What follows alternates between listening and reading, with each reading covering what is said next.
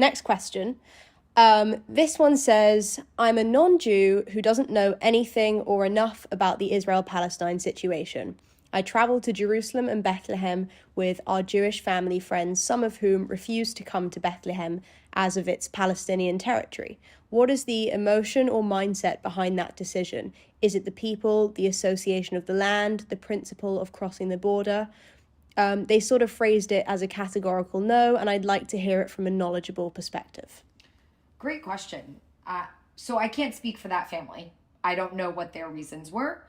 And people have a lot of different perspectives on this. So there's, first of all, a couple of things we need to establish. One, Israeli citizens cannot cross into Area A, and Bethlehem is Area A. Area A are territories that Israel withdrew from in the 1990s and gave them over to the Palestinian Authority to be governed by them. Mm-hmm. And after there were unfortunate circumstances of Israeli Jews going into those areas and being attacked, lynched, laws came down saying, banning Israeli Jews from Israelis, I should say, but Arab Israelis, they tend to just turn a blind eye when they go in, and it's fine because they have family members there, and that's not the reason the law was passed, but Israelis are not allowed to go into Area A. So I don't know if they were Israeli.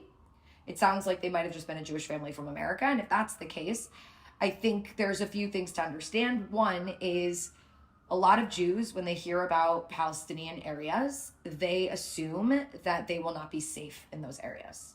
Because again, what I just said. Yeah. There have been circumstances where Jews have gone into these areas and have been attacked.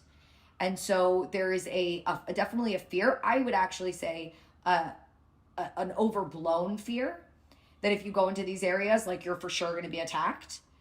That being said, I would not necessarily go into these cities visibly Jewish without my Palestinian friend with me. And that's because I just don't know what could happen. Mm. And I know that there isn't a police force that's necessarily there to protect me or who would protect me. Again, they might. Yeah. But all of those question marks, I think, lead some Jews to say, not gonna risk it. Mm-hmm.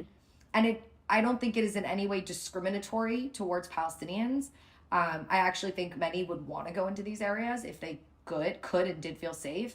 But because of just the rhetoric and what people know, there's this assumption that if I go into these areas, I'm not going to be safe and I might not be protected. And so then you get this categorical no. But again, I don't want to speak for that family. I don't know what they were thinking. Mm-hmm.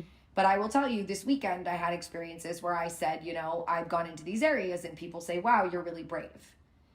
And because that's the perception of a lot of Jews, especially Jewish Americans, who, again, like this individual framed it, like, he doesn't know much about the conflict, neither do they. Mm-hmm. And they hear stories and they're told things. And so they just draw this kind of broad, again, painting things with one broad stroke of rather not risk it. Yeah. And that's probably what they were thinking. But let's be honest, there's also people who are racist towards the Palestinians who very much believe that all Palestinians are terrorists, which is a crazy thing to say. It's just absolutely ridiculous.